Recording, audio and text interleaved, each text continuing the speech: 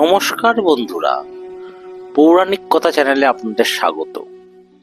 বিগত 40 বছর ধরে আমি বিভিন্ন পৌরাণিক কথার জ্ঞানার্জন করে ঠিক করলাম কিছু কথা আপনাদের সাথে আলোচনা করব। সেই অভিপ্রায় নিয়ে এই উপস্থাপনা। আমাদের আজকের গল্প বিদুরের গল্প। বিদুরের জীবন ছিল বুদ্ধি, ন্যায়, বিচার ও আত্মত্যাগের মূর্ত প্রতীক। তিনি কখনো রাজা হন, কিন্তু তিনি ছিলেন কুরু রাজবংশের প্রকৃত নীতি নির্দেশক ও ন্যায়ের আলো। তার কাহিনী আমাদের শেখায় যে প্রকৃত মহানতা জন্ম থেকে আসে না, বরং আসে জ্ঞান, ধর্ম ও ন্যায় পরায়ণতার মধ্যে। আর কথা না বাড়িয়ে আমরা শ্রীকৃষ্ণকে স্মরণ করে গল্প শুরু করি। হরে কৃষ্ণ। বিদুর ন্যায়ের প্রতীক ও ধর্মের সন্তান। বিদুরের আশ্চর্য জন্ম। বিদুর হস্তিনাপুরের সবচেয়ে ন্যায়পরায়ণ এবং জ্ঞানী মন্ত্রী। এক অদ্ভুত পরিস্থিতিতে জন্মগ্রহণ করেছিলেন। তিনি সাধারণ রাজপুত্রদের মতন জন্মাননি, বরং তার জন্ম ছিল এক দৈব আশীর্বাদ এবং এক মানবীয় ভুলের ফল। তার জীবন ভাগ্য, ধর্ম ও নিয়তির দ্বারা গঠিত হয়েছিল, যা তাকে মহাভারতের অন্যতম গুরুত্বপূর্ণ কিন্তু উপেক্ষিত চরিত্রে পরিণত করেছিল। ঋষি মান্ডব্যের অভিশাপ। বিদুরের জন্মের কাহিনী শুরু হয় এক মহান ঋষি মান্ডব্যের সঙ্গে অন্যায় ঘটনার মাধ্যমে। মান্ডব্য ঋষি বহু বছর ধরে কঠোর তপস্যায় লিপ্ত ছিলেন। একদিন কয়েকজন চোর রাজদারিকের হাত থেকে পালিয়ে এসে তার আশ্রমে লুকিয়ে পড়ে এবং সেখানে চুরি করা ধন সম্পদ রেখে যায়। যখন রাজার সৈন্যরা সেই চোরদের অনুসরণ করে সেখানে পৌঁছালো, তখন তারা আশ্রমে চোরাই সম্পত্তি দেখতে পেয়ে ধরে নিল যে ঋষি মান্ডব্য চুরির সঙ্গে জড়িত। কোনো তদন্ত ছাড়াই তাকে শূলে বিদ্ধ করার আদেশ দেয়া হয়। তবে ঋষি মান্ডব্য এই কঠোর যন্ত্রণা সহ্য করেও জীবিত থেকে তপস্যা চালিয়ে যান। পরে যখন রাজা তার ভুল বুঝতে পারেন, তখন তিনি ক্ষমা চেয়ে ঋষিকে মুক্ত করেন। কিন্তু ঋষি মান্ডব্য এই অন্যায়ের বিচার চাইতে যমরাজের কাছে গেলেন। আমি কোন পাপ করেছি যে আমাকে এত কঠোর শাস্তি ভোগ করতে হলো, তিনি প্রশ্ন করলেন। যমরাজ উত্তর দিলেন, শৈশবে তুমি একটি পোকাকে মাথায় ফুটিয়েছিলে, এই যন্ত্রণাই তার ফল।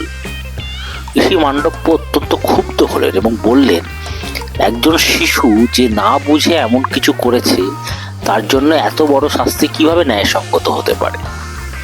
এই অন্যায় সিদ্ধান্তের কারণে তিনি যমরাজকে অভিশাপ দিলেন, তুমি একজন সাধারণ মানুষের রূপে জন্মগ্রহণ করবে এবং মর্তে বাস করবে। ঋষির অভিশাপ সত্যে পরিণত হলো এবং যমরাজকে মানুষের রূপে জন্ম নিতে বাধ্য করা হলো। বিদুরের জন্ম।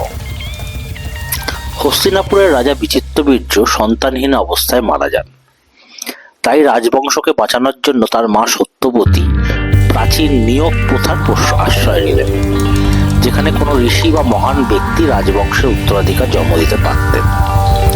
সত্যবতী তার জ্যেষ্ঠ পুত্র ব্যাসদেবকে আহ্বান করলেন, যিনি রাজপরিবারের বিধবা মহারানীদের গর্ভধারণ করাতে সম্মত হন।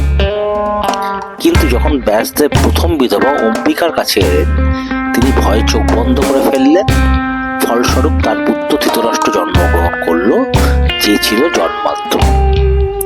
পরবর্তীতে ব্যাসদেব অম্বালিকার কাছে গেলেন, কিন্তু তিনিও ভয়ে ফ্যাকাশে হয়ে গেলেন। তার ফলে তার সন্তান পাণ্ডু দুর্বল ও রোগাক্রান্ত হয়ে জন্ম নেয়।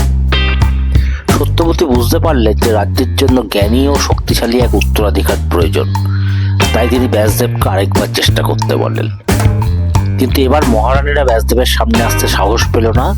তার পরিবর্তে এক দাসীকে পাঠালেন।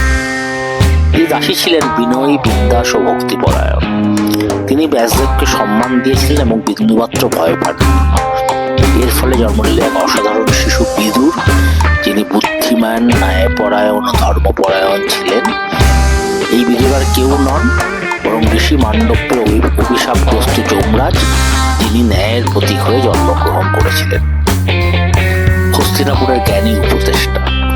যদিও বিদুর কোনো রানীর থেকে জন্মগ্রহণ করেননি, তিনি ধৃতরাষ্ট্র ও পাণ্ডুর সঙ্গে রাজপরিবারে বড় হন কিন্তু যেহেতু তিনি আর দাসী পুত্র ছিলেন, তাই কখনোই তাকে সিংহাসনের জন্য বিবেচনা করা হয়নি, যদিও তিনি সবচেয়ে যোগ্য ছিলেন।